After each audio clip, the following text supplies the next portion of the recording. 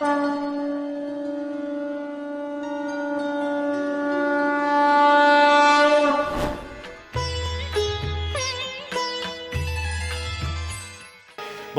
श्री वामन जी महाराज की जय।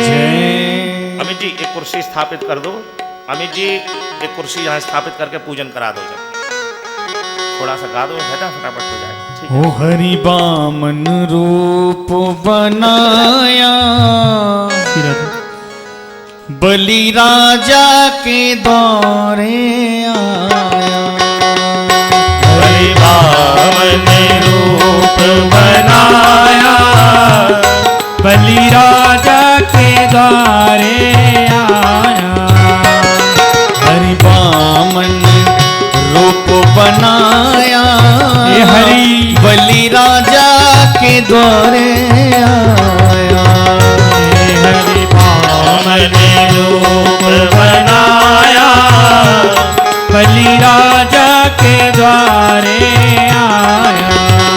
हो बलि राजा के द्वारे आया। बलि राजा के द्वारे आया। हो बलि राजा के द्वारे आया। गाइए बलि राजा के द्वारे आया। हो हरि बामन रूप बनाया बलि अभी लोग बैठे रहे, केवल परिवार की ओर से पूजन हो जाएगा बस। हरि बामन रूप बनाया बलि राजा के द्वारे आया।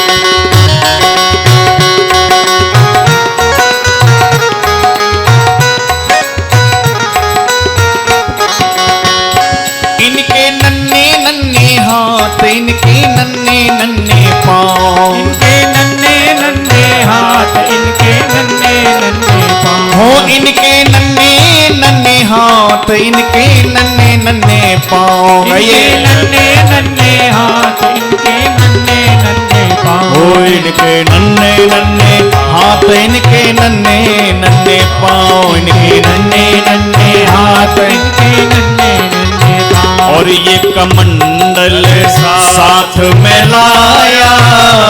ये कमंडल साथ में लाया। हो बलि राजा के द्वारे आया। हरि बामन रूप बनाया बलि राजा के द्वारे आया। आचार्य जी, आचार्य जी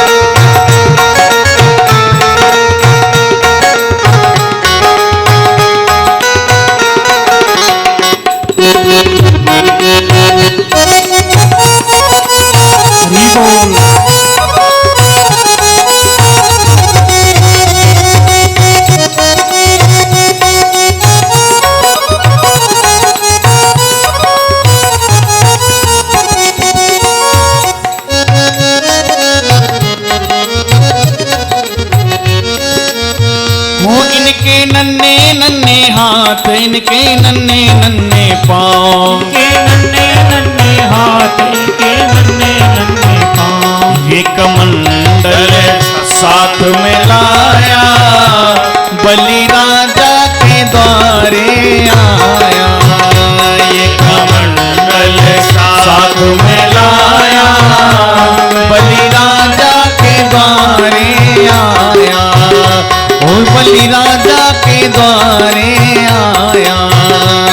बलि राजा के द्वारे आया।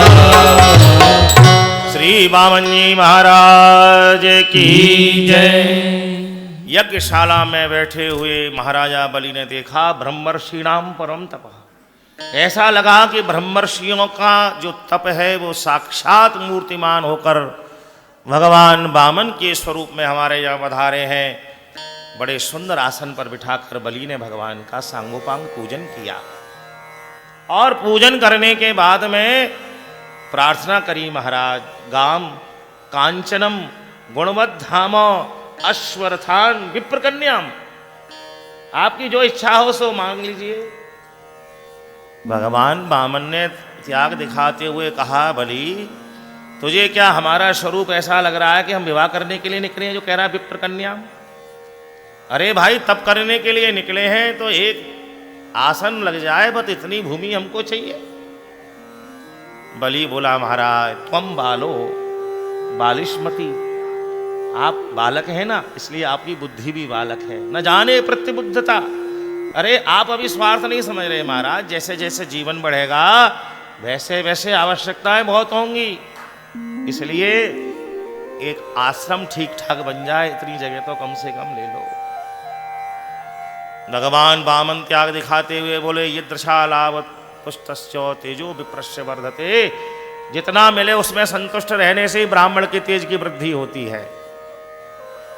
जैसे ही उन्होंने कहा शुक्राचार्य जी का दिमाग ठनक गया, बोले वाह बड़ा त्यागी ब्राह्मण का बालक है, क्या लीला है। और जैसे ही देखा महाराज ज्ञानिना तत्व दृष्टना, सोई बोले, ओहो ऐसे विरोचने साक्षात भगवान विष्णु रब्बया अदिते कश्यपे जाते देवानाम कार्य साधिका। अरे विरोचन नंदन, ये तो साक्षात भगवान नारायण है। अदिति और कश्यप का बहाना बना के तुझे छलने के लिए आ गए। अब बलि तो प्रसन्न हो गया, फिर महाराज इतने दिन से स्वाहा स्वाहा स्वाहा स्वाहा हो रही है और जिसके लिए हो रही है वो मूर्तिमान होकर आ गए, तो तन्मे मनहा शिव संकल्पमस्तु, मेरा संकल्प सिद्ध हो गया, कल्याणकारी हो गया। बोले ज्यादा भगत मत बने, अपने को मना कर दे, इससे मैं कुछ नहीं दूंगा। बोले महाराज कैसी शिक्षा दे रहे हो? पहले मैंने कह दिया गाम कांचनम गुणवद्धाम, जो चाहिए सो मांग लो, और अब वो मांगने की बात आ रही है तो आप कह रहे हो मना कर दो। तो बोले देख, स्त्रीषु नर्म विवाहे च वृत्यर्थे प्राण संकटे गो ब्राह्मणाद हिंसायाम। अगर ये महाराज कार्य हो रहे हो तो छोटा मोटा झूठ बोल दो, कोई हर्ज नहीं है। ये यही का श्लोक है महाराज जी, अष्टम स्कंद का। स्त्रीषु नर्म विवाहे च वृत्यर्थे प्राण संकटे। लेकिन बलि भी कैसा भगत है, प्रहलाद जी का पोता है भाई, बोले मैं झूठ नहीं बोलूंगा। तो शुक्राचार्य जी ने महाराज श्री से च्युत होने का मनी मन शाप दिया, लेकिन उसने तो ठाकुर जी के लिए महाराज 3 पग पृथ्वी का जैसे ही दान किया तो अखंड मंडलाकारम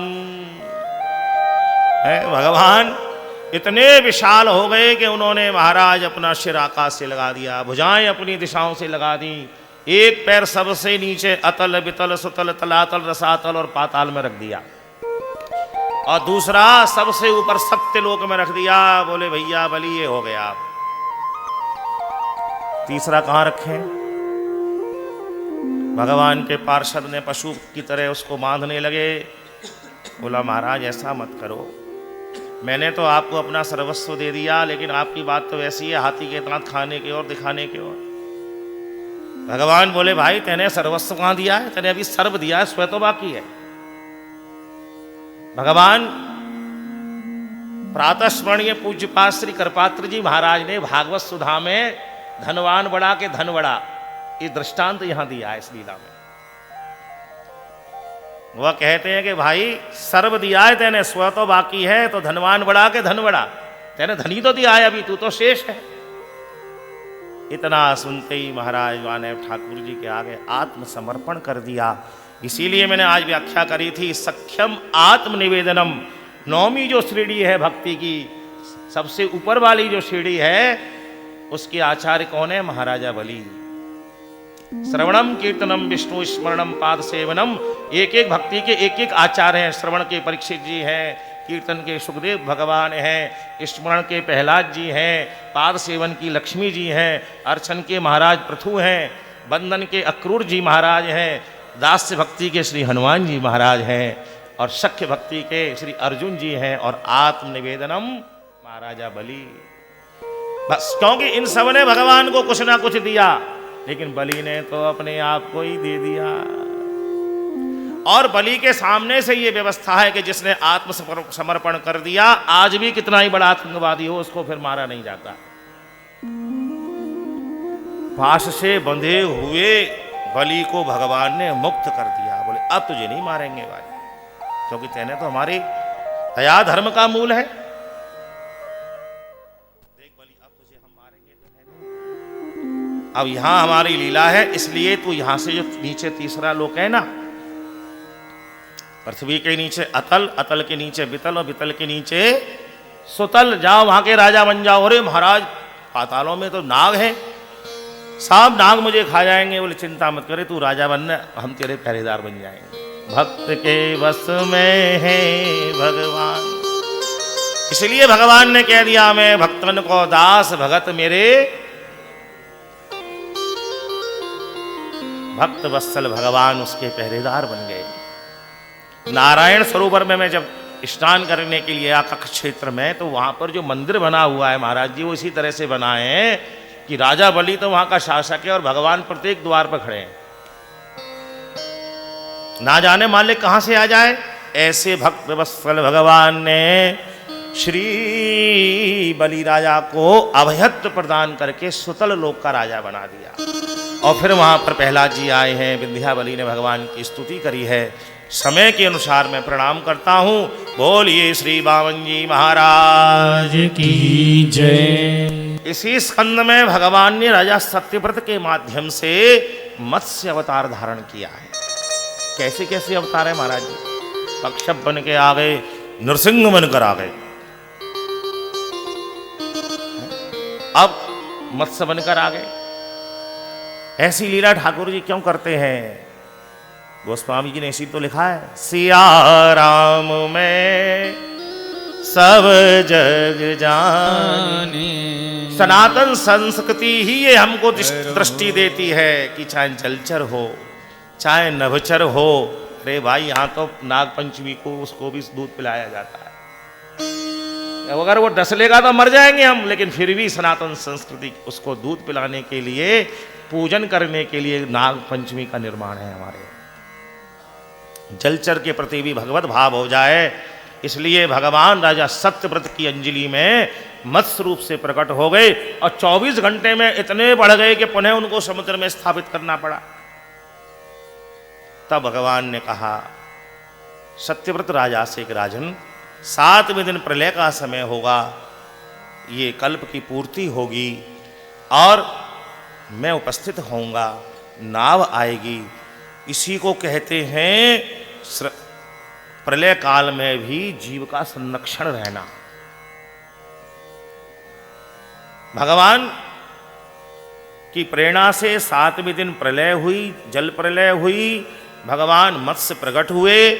महाराजा सत्यव्रत सप्त ऋषियों को लेकर मनुष्य का बीज बना रहे उस प्रलय पर्यंत उस नाव में, और वो नाव जो है भगवान मत्स्य के सींग से बांधी गई, विहार करते रहे। और भगवान ने जो राजा सत्यव्रत को प्रलयकालीन अवस्था में उपदेश दिया है, वो अपने आप में पूरा मत्स्य पुराण है। बोलिए मत्स्य भगवान की। 9वें स्कंद में भगवान शुकदेव ने राजा परीक्षित को सूर्य वंश का वर्णन किया है। ब्रह्मा जी महाराज के सबसे पहले मानस पुत्र हुए शनकादिक ऋषि, फिर उन्होंने 10 ऋषियों को बनाया, जिसमें सबसे बड़े थे मरीचि। महाराजा मरीचि के वंश में ही सूर्य वंश, उन्हीं के वंश को कहते हैं। इनके वंश में महाराज श्राद्ध देव के वंश में ही सूर्य, फिर महाराज इक्ष्वाकु, उनके 10 पुत्र, और ये वंश आगे विस्तार लेते रहते बड़े यशस्वी राजा नाभाग हुए। महाराजा अम्बरीश हुए। महाराज अम्बरीश का क्या कहना, विस्तार से महाराज उनके चरित्र को पढ़ा जाए तो जो नवधा भक्ति है, महाराज अम्बरीश के जीवन में अक्षर से 9 की 9 विधाएं घटित थी। नित्य वो श्रवण करते थे, नित्य वो गायन करते थे, नित्य वो स्मरण करते थे, नित्य वो पाद सेवन करते थे, नित्य वो अर्चन करते थे, नित्य वो वंदन करते थे। उनके चरित्र को देखा जाए, ऐसे ही धुनी भगवान ने उनसे कह दिया, अहम भक्त पराधीनो हे स्वतंत्र वध्वजा। ये अम्बरीश जी के लिए ही तो कहा है भगवान ने। दुर्वासा जी उनके ऊपर कृपा करने के लिए आए हैं। क्रोध नहीं है दुर्वासा जी का, कृपा है उनके ऊपर। और ऐसा सुंदर चरित्र अम्बरीश जी का। फिर महाराज इन्हीं के वंश में आगे और विस्तार हुआ तो महाराज त्रिशंकु, सत्य की रक्षा करने के लिए महाराज हरिश्चंद्र, और आगे वंश चला तो गर के संग जिनका जन्म हुआ ऐसे महाराजा सगर, और उनके 60,000 पुत्र। अश्वमेध यज्ञ का आयोजन जब उन्होंने किया तो देखो ये जो देवताएं बड़े स्वार्थी हैं। इनका पूजन जो करते हैं ना यजमान रोज सर्वतोभद्र पीठ पे, क्यों कि इस कार्य में ये विघ्न ना करें, महाराज विघ्न ना करें इसलिए। क्यों? यज्ञ पशु को चुरा के ले गया इंद्र। ये देवता बड़े स्वार्थी हैं। स्वीकार कुशलासुरा, वास्तविक हमारी इंद्रियों के द्वारा ये हमको भोगते हैं। और यज्ञ पशु को ले जाके उसने कहा क्या, कपिल भगवान के आश्रम में बांध। लीला कथा कैसी है कि पीछे पीछे सगर जी के पुत्र गए और प्रत्यक्ष किम प्रमाणम, भाई जब उनका घोड़ा बंधा हुआ है तो उनका क्या दोष है। वाणी से अपमान हुआ कपिल भगवान का और थोड़ी सी भ्रकुट विलास सृष्टि हुई वाली बात हो गई और 60,000 के 60,000 भस्मीभूत हो गए। पीछे पीछे अंशुमान ने जाके अनुनय विनय करी। महाराज अज्ञान बस ऐसा हो गया है, भावना तो ऐसी नहीं थी।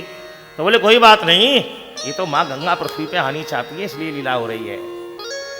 वामन भगवान के द्वारा वो स्थापित तो हो गई हैं, लेकिन वो स्वर्ग तक अटकी हुई है, सत्यलोक तक हैं। अरे पृथ्वी पे आए वो इसलिए लीला हो रही है। अंशुमान चिंता मत करो, ले जाके यज्ञ पशु से यज्ञ पूरा कराओ और गंगा जी का आह्वान करो। मैं उनका दर्शन करना चाहता हूं और वो गंगा यहीं आके पूर्णता को प्राप्त होंगी, इसलिए मैंने ऐसी लीला करी है। देखो हमें ऐसा लगता है कि संतों के जीवन में कभी कभी क्रोध आ गया हमारे ऊपर, ऐसी वाणी इन्होंने बोल दी, लेकिन वो क्या है हमारे लिए वही वरदान है।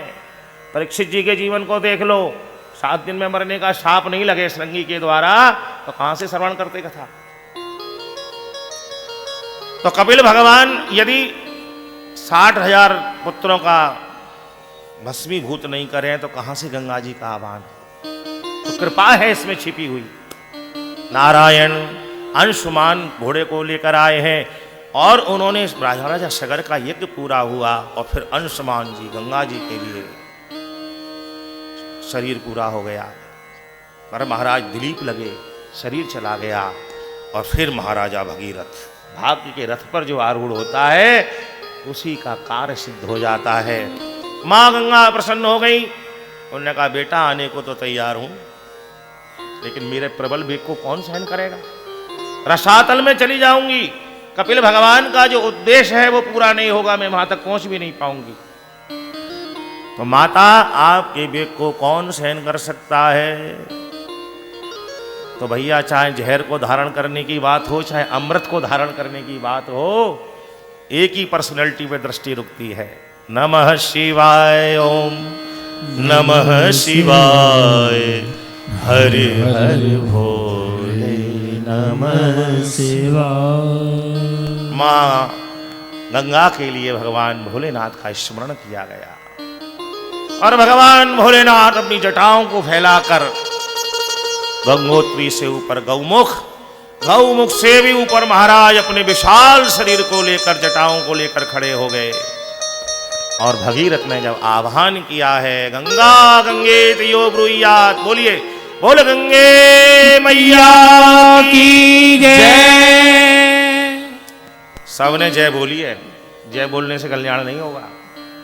गंगा जी के लिए कहा जाता है दरस परस मज्जन करवाना।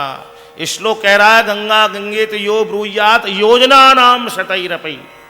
इसलिए जय नहीं, गंगे मैया की जय। पहले गंगा जी बोलो, गंगे मैया की जय। गंगा जी का आह्वान हुआ भगवान भोलेनाथ की जटा में, लहरती हुई आई गंगा मैया तोरी लहर मन भाए। और वहां से जितना वेग सहन कर सकते हैं पर्वत, उतने ही वेग से महाराज गौमुख पर, वहां से नीचे फिर गंगोत्री में आगे आगे दौड़ रहे हैं महाराजा भगीरथ और पीछे पीछे माँ गंगा।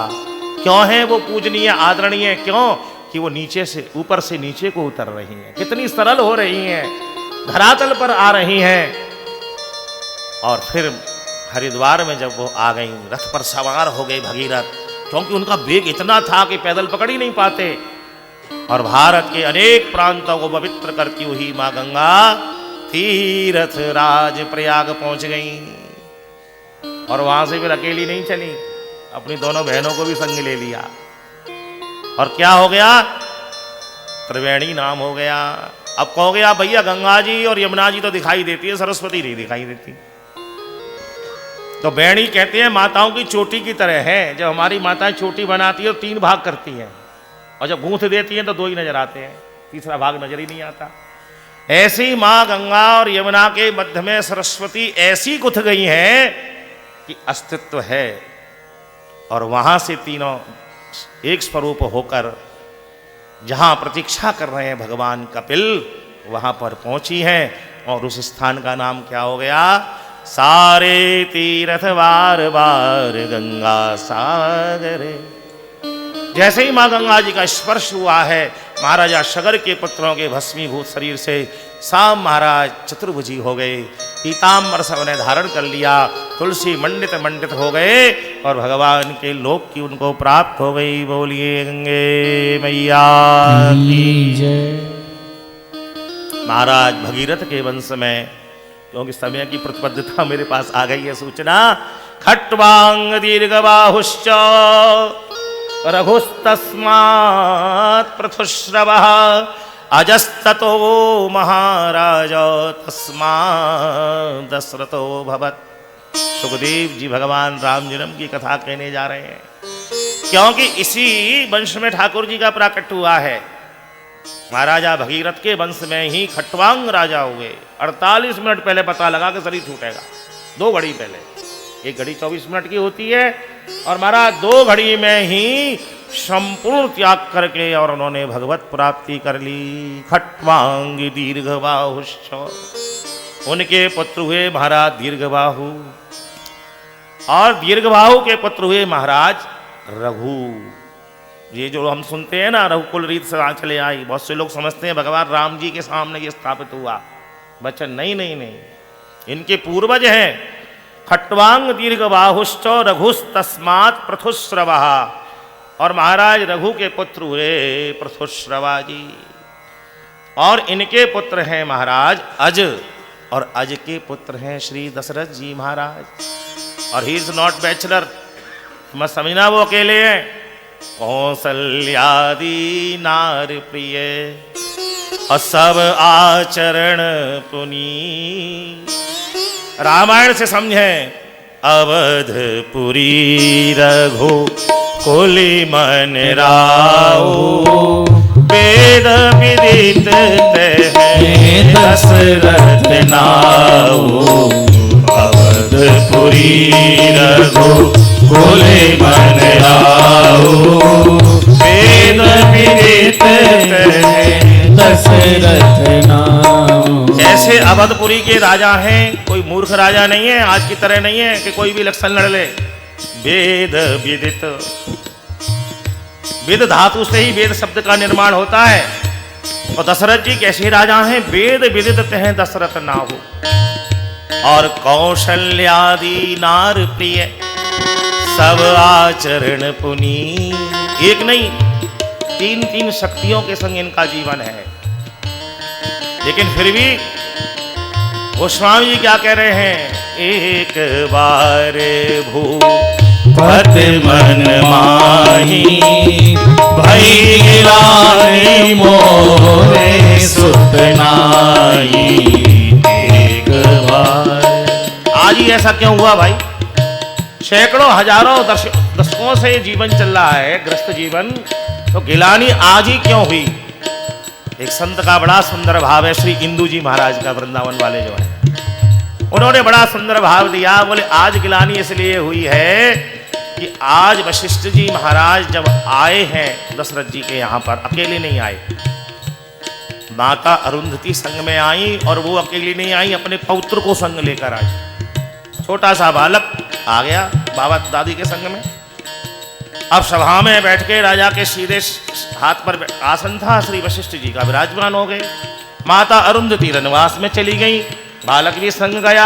अब उसने पूरे रनवास में देखा कोई हम उम्र बालक नहीं, तो उसके खेलने का कोई इंस्ट्रूमेंट नहीं, खिलौना नहीं, तो बालक का मन कैसे लगे?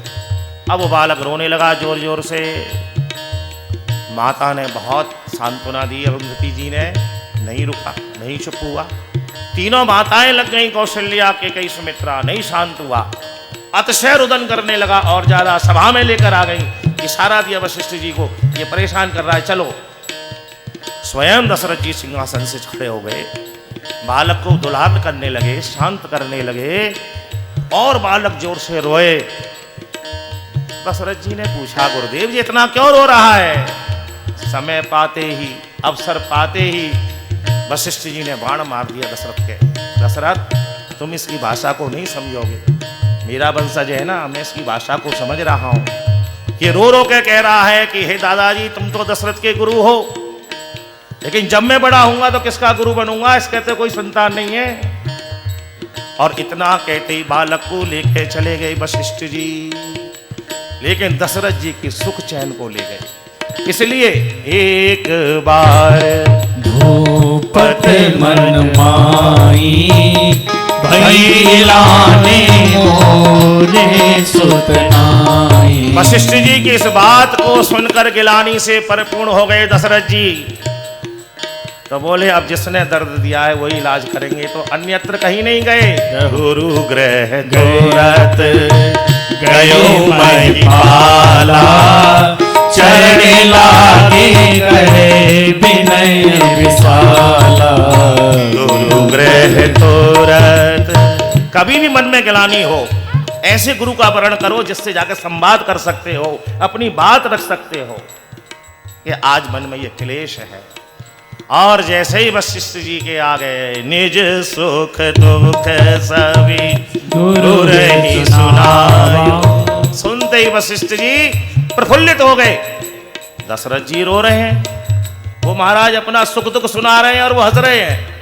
धरहु धीरे हुए। अरे दशरथ, मैं तो इंतजार कर रहा था कि जब भगवान ने तेरे भाग्य में 4-4 पुत्र दिए हैं तो तेरे मन में संकल्प क्यों नहीं आता?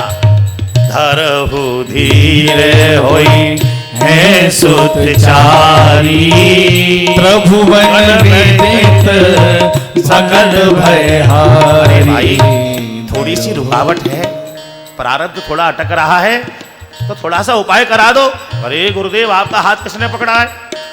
अयोध्या के खजाने पे हाथ का अधिकार है, और शास्त्रों में महाराज जी ऐसा वर्णन है कि विश्व की सारी संपत्ति पे अधिकार ब्राह्मण का है। आपका हाथ किसने पकड़ा है? आप तो गुरुदेव हैं, तुरंत चलो। फिर वशिष्ठ जी ने देर नहीं किया, दशरथ तुम पहुंचो, मैं आया। श्रृंगी रे सही वशिष्ठ बुलावा, पुत्र काम सुख यज्ञ करावा। भगत सहित मुनि। देखिए ब्रह्मेति 3 शब्द आए उस पर्सनैलिटी के लिए भागवत में। प्रथम स्कंध में ब्रह्मेति, परमात्मेति, भगवानीति शब्दतः। ज्ञानी के लिए वो ब्रह्म है, कर्मयोगी के लिए वो परमात्मा है, लेकिन भक्त के लिए तो भगवान है।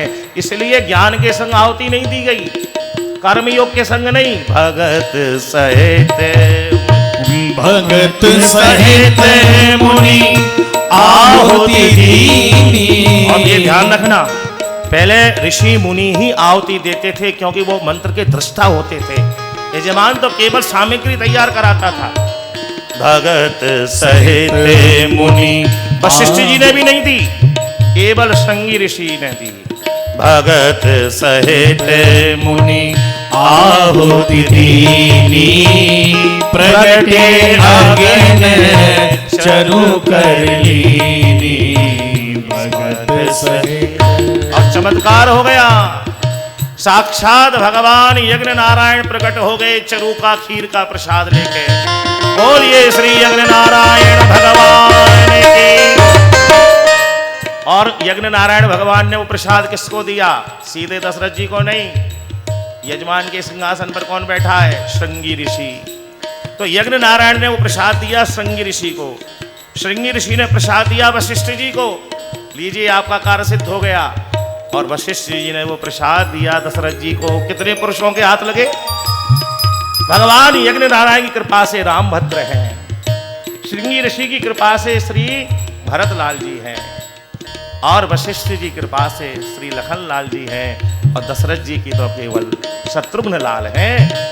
जैसे ही दशरथ जी के पास प्रसाद आया, उन्होंने उसके 2 भाग किए और एक भाग कौशल्या जी को दे दिया, आधे को ने आधा कीना। और महाराज दूसरा भाग उसमें से माता कैकेयी को, सुमित्रा जी को। और जैसे सुमित्रा जी अपने प्रसाद का अवलोकन कर रही हैं, कितने में एक चील आई और सारे प्रसाद का झपट्टा मार के ले गई और अंजना जी के मुख में रख दिया।